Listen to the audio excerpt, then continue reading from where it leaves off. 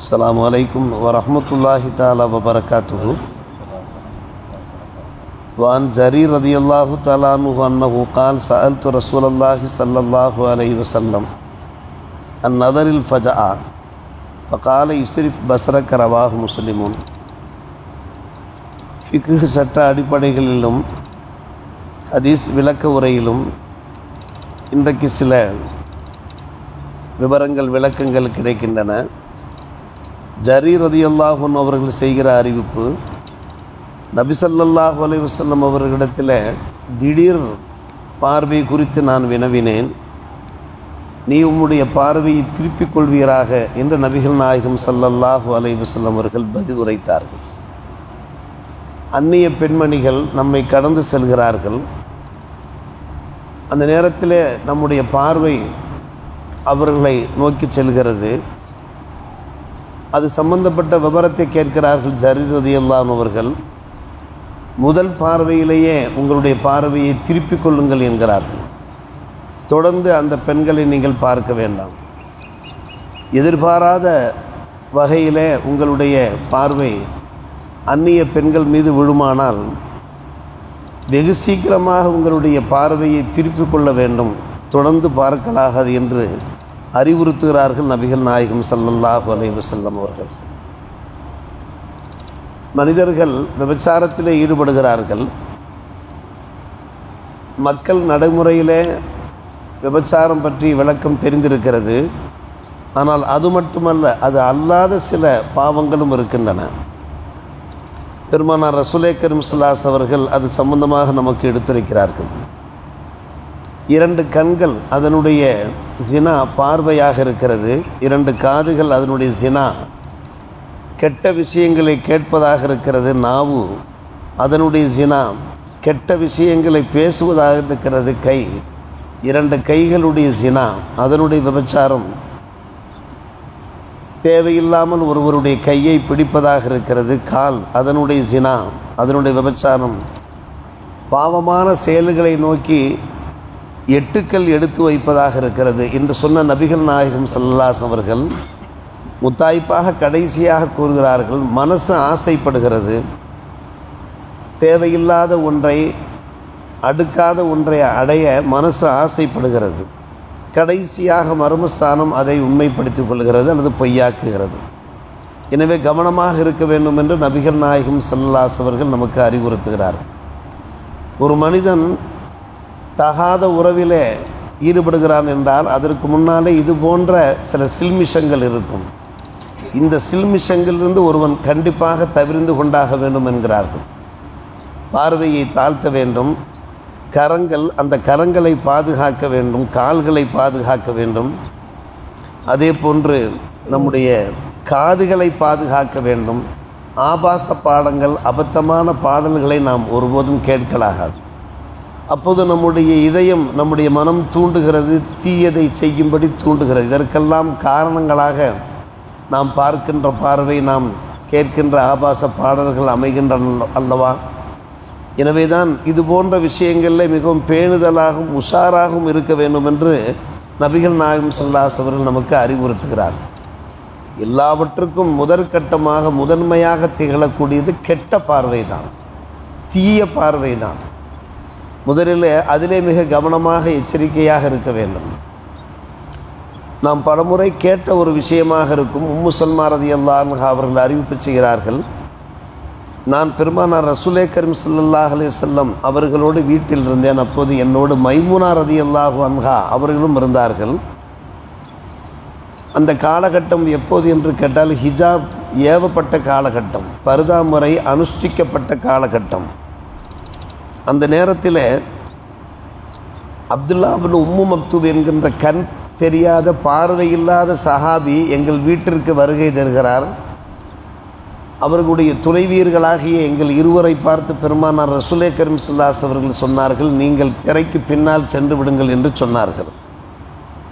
அவர் வந்து கொண்டிருக்கிறார், வீட்டை நெருங்கி கொண்டிருக்கிறார், வீட்டுக்குள் பிரவேசிக்கப் போகிறார். நீங்கள் இருவரும் திரைக்கு பின்னால் சென்று விடுங்கள் என்று சொன்னார்கள்.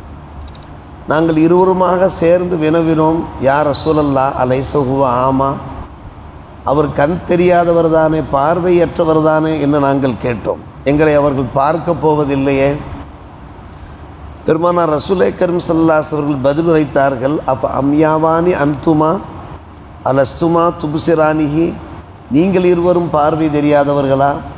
நீங்கள் இருவரும் அந்த அந்நிய ஆடவரை பார்க்கும் சூழ்நிலை ஏற்படாதா என்று கேட்டார்கள். கெட்ட பார்வை கூடாது என்பது ஆண்கள் பக்கம் மட்டுமல்ல, பெண்கள் பக்கம் இருக்கிறது. பெண்களும் கூட மார்க்கெட்டு செல்லுகிற போது, பஜார் செல்லுகிற போது, பிரயாணத்தில் இருக்கிற போதெல்லாம் அந்நிய ஆடவர்களை பார்க்கக்கூடாது. அதே போன்று ஆண்கள் அந்நிய பெண்மணிகளை பார்க்கக்கூடாது. நம்முடைய பார்வைக்கு ஒரு வரம்பு விரித்திருக்கிறது நம்முடைய இஸ்லாமிய மார்க்கம். நமது நாட்டில் மட்டுமல்ல, பிற நாடுகள், யூரோப் கண்ட்ரி, அங்கெல்லாம் செல்லுகிறது மிக மிக கவனமாக இருக்க வேண்டியிருக்கிறது, எச்சரிக்கையாக இருக்க வேண்டியிருக்கிறது. அரைகுறை ஆடைகளோடு சில ஆண்களும் திரிகிறார்கள், பெண்களும் திரிகிறார்கள். பார்வைகளை கவர்கிற முறையிலே, வசீகரிக்கிற முறையில் மிக மிக கவனமாக இருக்க வேண்டும். இதன் காரணமாக நம்முடைய வாழ்க்கையை நரகமாக ஆக்கி கொள்ளக்கூடாது. நம்முடைய குடும்ப வாழ்க்கையை நாம் நரகமாக ஆக்கி கொள்ளக்கூடாது. பெருமானார் ரசூலே கரீம் ஸல்லல்லாஹு அலைஹி அவர்கள் அன்றைக்கே நமக்கு எந்த அளவுக்கு அறிவுறுத்தியிருக்கிறார்கள் என்பதை பாருங்கள். ஆம், நம்முடைய குடும்பங்களிலே மிக கவனமாக இருக்க வேண்டியிருக்கிறது. ஒரு முறை பெருமானார் ரசூலே கரீம் ஸல்லல்லாஹு அலைஹி அவர்கள் சொன்னார்கள், பெண்கள் இருக்கின்ற இடத்துல, பெண்கள் மட்டும் இருக்கிற இடத்துல நீங்கள் உள்ளே செல்லாதீர்கள் என்றார்கள். ஈயாக்கும் வத்துஃபூல் அல நிசா. அப்போது ஒருவர் கேள்வி கேட்டார், யார சொல்ல ஹம்மு சம்பந்தமாக என்ன விளக்கம் என்றார்கள். அல் ஹம்மு என்றால் அல் மௌத்தி என்பது பொருளாகும், மரணம் என்பது பொருளாகும்.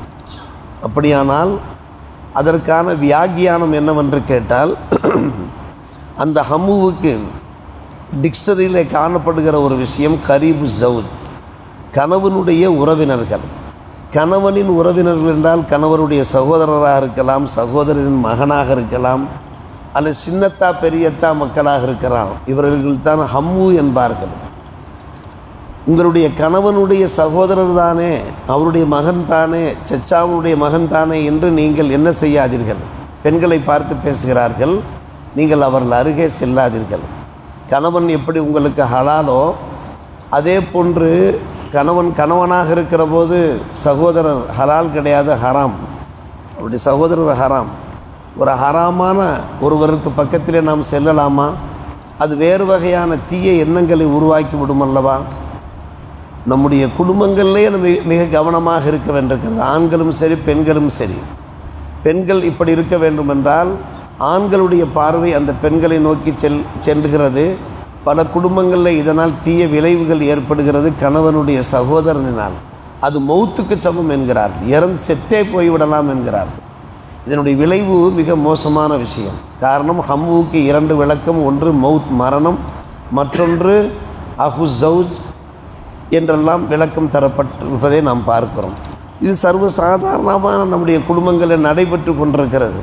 ஆனால் இதனுடைய விளைவுகளை சில குடும்பங்கள் சந்தித்து கொண்டிருப்பதை நாம் பார்க்கிறோம். அதனால் குடும்பம் 2ஆக ஆகிவிடுகிறது. இப்படி ஒவ்வொன்றையும் பெருமானார் ரசூலே கரீம் ஸல்லல்லாஹு அலைஹி அவர்கள் நம்முடைய நலவு கருதி, நலன் கருதி எடுத்துரைத்திருக்கிறார்கள். சுருக்கமாக பெருமானார் ரசூலே கரீம் ஸல்லல்லாஹு அலைஹி சொன்னார்கள், லா யஹ்லுவன்ன அஹதுக்கும் பி இம்ரஅத்தின் இல்லா மஹரம். ஒரு ஆண் இன்னொரு அந்நிய பெண்ணோடு தனித்திருக்கலாகாது, சேர்ந்திருக்கலாகாது, ஒரு மகரமுடனே தவிர என்று சொன்னார்கள். நான் ஒரு பெண்ணிடத்தில் பேச வேண்டிய ஒரு நிர்பந்தம் ஏற்படுகிறது. நிர்பந்தம் இருந்தால்தான் ஒரு அந்நிய பெண்ணிடத்தில் பேச வேண்டும். அப்படி ஒரு நிர்பந்தம் ஏற்படுமானால் அந்த பெண்ணோடு அந்த பெண்ணின் தந்தை இருக்க வேண்டும், அந்த பெண்ணுடைய சகோதரர் இருக்க வேண்டும். அவர்களெல்லாம் மகரமுகளாக இருக்கிறார்கள். சின்னத்தா பெரியத்தா போன்றவர்களெல்லாம் மகரமுகள். அவர்கள் இருக்கிற போது தான் ஒரு பெண்ணிடத்தில் தேவை கருதி, நிர்பந்தம் கருதி, அவசியம் கருதி பேச முடியும், உரையாட முடியுமே தவிர இல்லாவிட்டால் கூடவே கூடாது என்கிறார்கள். அங்கே 3வது ஆளாக சைத்தான் இருந்து கொண்டிருப்பான். அவன் இருவருடைய மனசிலையும் கெட்ட கெட்ட எண்ணங்களை, தீய சிந்தனைகளை விதைத்து கொண்டிருப்பான். எச்சரிக்கையாக இருங்கள் என்கிறார்கள் பெருமானார் ரசூலே கரீம் ஸல்லல்லாஹு அலைஹி அவர்கள்.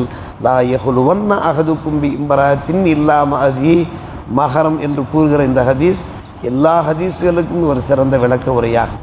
ஒரு பக்கம் சட்டங்கள் இடம்பெறுகின்றன, மறுபக்கம் ஹதீஸினுடைய விளக்கம் நமக்கு கிடைக்கிறது.